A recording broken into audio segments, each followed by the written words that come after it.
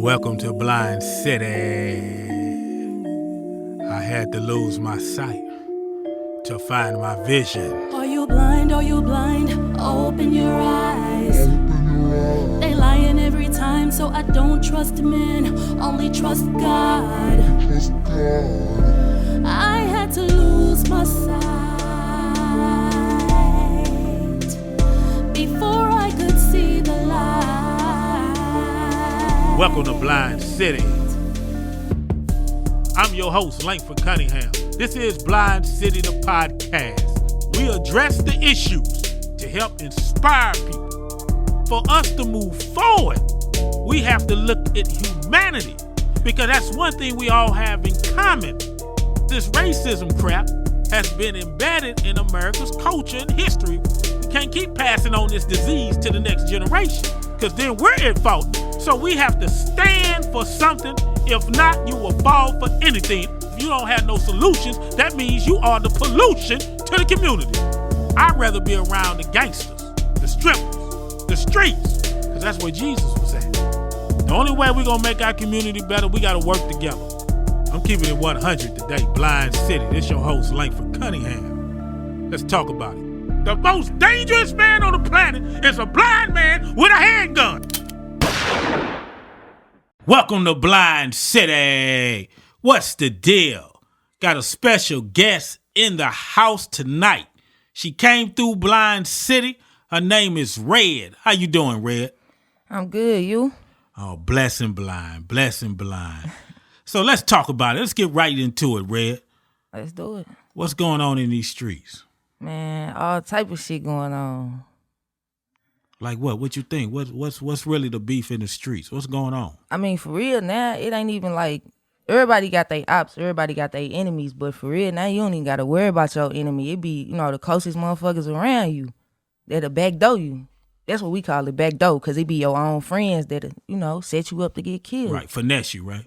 Nah, that'll kill you. They'll kill you, but they'll finesse you like backdooring. Yeah. They'll trick you. Yeah. Act like they cool with you. Yeah, act like they gang, but yeah. Then blow your brains out. Yeah. Wow. So how do you survive? How do you move through that type of chaos though? Honestly, you just gotta stay out the way. Either you gonna be in the way or out the way. And you lost a couple close friends to violence. Yeah. I just lost my best friend 3 months ago. Is that the guy you did a song with? We got a couple of songs, yeah. Right. I heard he was real nice on the mic too. Yeah, that boy was supposed to make it. Oh. So how did you feel when you found out when that happened? Man, when he first got shot, they called me. I'm like, they like he cool though, so I'm thinking he's straight, So I'm at the crib. I'm like, hey, what hospital he at? They called like an hour and a half later, like he gone. I'm like, what? And we slide so quick, and it's so crazy because my best friend is my, him and my sister. That's his baby mama. So we real close. We like family. His kids is like my kids. We all connected. So when I pull up, me and my sister, it's like nothing you could say. We just hugging each other, crying like, shit, what we gonna do? Right. This shit ain't gonna stop. He got kids, Right. His son, too. He just had a daughter. He wasn't even here for her to be born. She was just born.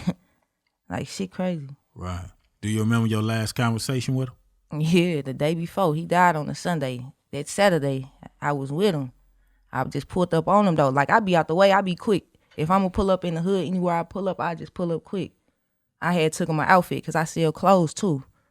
Me and my business partner over there, we got a business called Humble Art. So I just took him my outfit. Right. I'm like, be safe. I love you. Stay out the way. Because he was on the way to a funeral. Wow. He was on the way to a funeral. Yeah, Saturday. But Sunday, yeah, he died Sunday. That's crazy. Our last conversation, though, was, I love you. I love you too, sis. I'm out the way. Kiss me on my forehead. We gone. That's just how fast shit happened, though. Because that Friday, we had a game night. We talking for 2 hours on the balcony just about how we finna move around, move to Atlanta. And I'm just telling him, like, man, just stay out the way. Like, you so talented. But, it's a difference. I'm a female.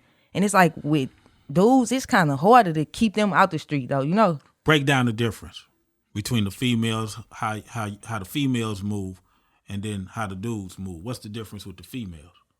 I don't know. With us, it's kind of different. We don't be having real street life beef. Like, we might get into it with people, but with niggas, that shit get deep. Like, for real, that shit get deep. And where you think it get deep at though? Is it pretty much jealousy? Is it a lot to do Yeah, with jealousy, envy, hate. Somebody feel like they got to prove a point, all type of shit.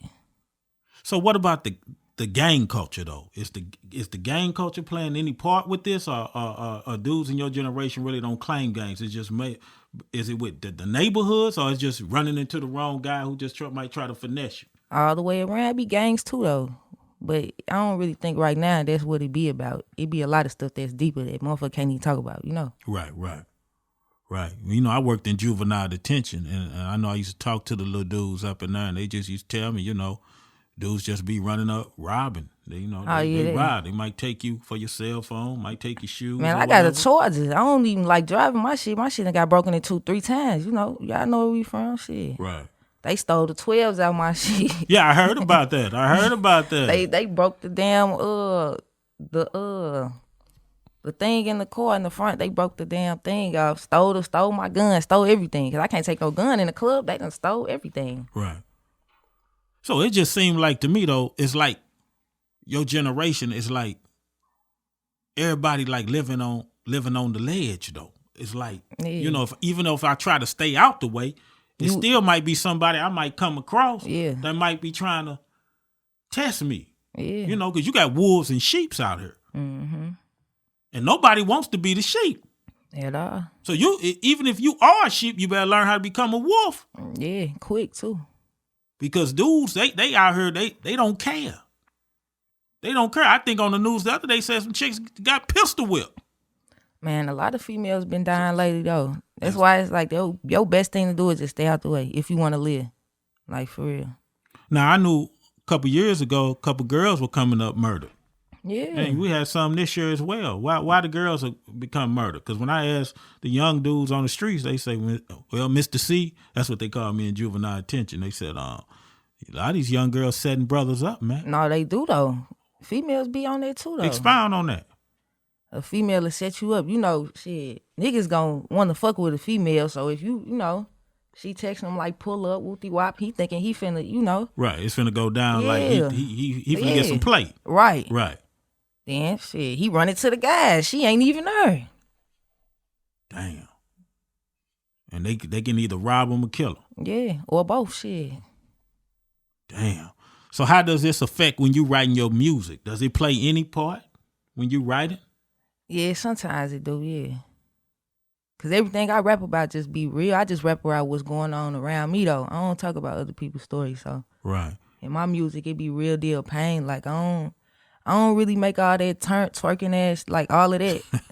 Like I be really going through some shit. I be wanting a motherfucker to feel me. Cause I know it's a lot of people out here going through the same thing. Not even just in St. Louis. Everybody going through it. Right.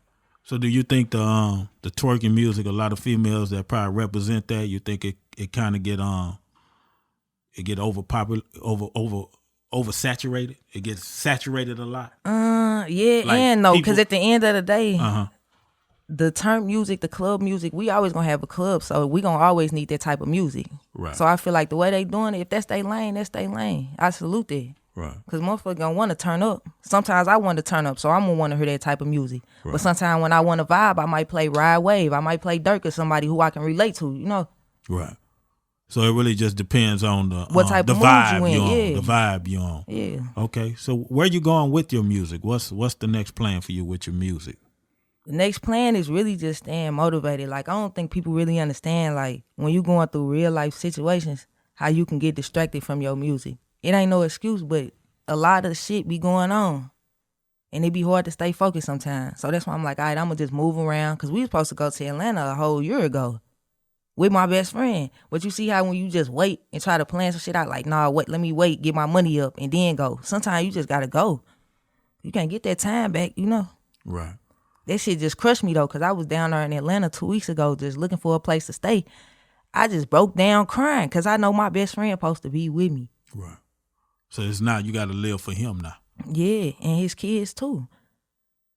That's deep. Say for his kids too. And we got so many kids in the hood that lost so many uncles and fathers. Man. And the women of the hood, man, I salute them. because they still raising these kids through all this chaos. Exactly, and the kids don't even understand. Like my nephew, I have him all the time. Like even before my brother passed, I always have him on the weekend just to let them get their break. It's like seeing him just crush me because he looked just like his daddy.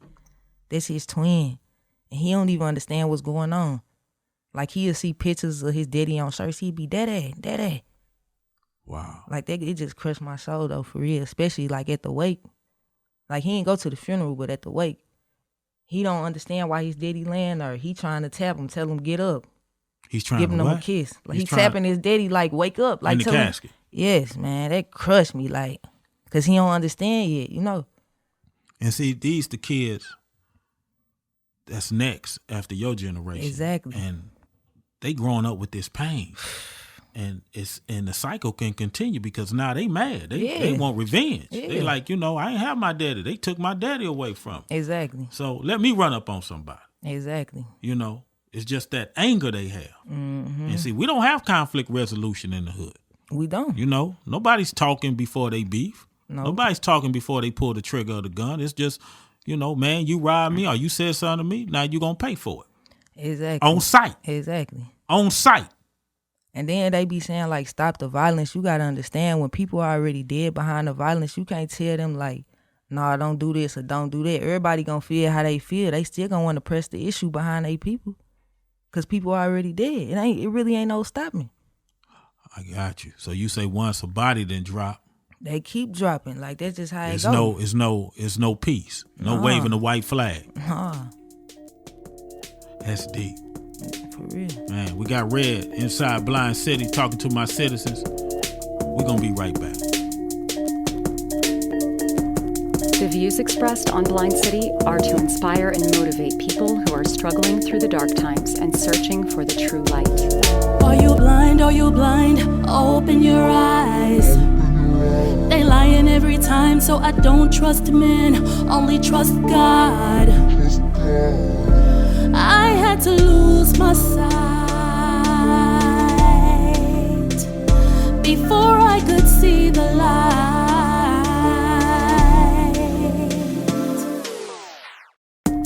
This is Blind City, the podcast, with your host, Langford Cunningham. Welcome back to Blind City, the podcast. I'm your host, Langford Cunningham. We got Red inside Blind City, talking to all my citizens, talking about her rap career, talking about her adversity, what she's going through in the community, how she's dealing with this violence, and how she's helping the children of the people that she lost to the violence. She's giving back. She's rapping. She's just taking over. She's not forgetting where she's coming from in our community, and I respect her for that. So this part, Red, of the show, I had to lose my sight to find my vision. Because when I had sight, Red, I ain't had no vision. That's deep. I was glorifying all the wrong things in life. I was a womanizer. Right. I was a hoe. I mean, for real. And I had a partner tell me, well, man, you went blind. What about the girls you had in the past? And they disappeared, ain't they? Oh, yeah. They disappeared, but guess what? When I was with them, I disappeared. Right. So why would I expect them to have my back when I wasn't true to them? Right. But since I found God, Red, I got vision now. So what I want to know from you, Red, what is your vision? What is your purpose of living from this moment right here to the future? Man, my vision for the future is just to be successful in my music and to own a store for my brand and to be able to take care of my family. That's all I want to do is take care of my family. And what type of store you want to have? What's your brand? It's called Humble Art. On Instagram, it's Shop Humble Art. My personal page, music page, at I Am Team Red. We make phone cases, shot glasses, clothes, custom shoes with the bandanas on them. We do everything. Black, strong, independent, woman, Red, the new generation, independent. Out the mud. There's nothing else to say, Red. I thank you. I'm gonna tell you this like I tell all my guests, because you said one thing that kind of made me feel a little weird. We don't know if this will be the last time we see each other. Yeah, for real. Because it's not just dangerous for your generation. Our city dangerous, period. Period. Wrong place, wrong time. Hey, all the way around. Because if I had to roll the dice and said I would have been blind in 5 or 10 years, I would have crapped out. Right. So guess what? I still keep my swag. When life give you lemons, you make lemonade, man. So keep doing what you're doing. I love you. Tell your parents I love them. Tell your brother keep his head up. What's up? And I tell the people, welcome to Blind City.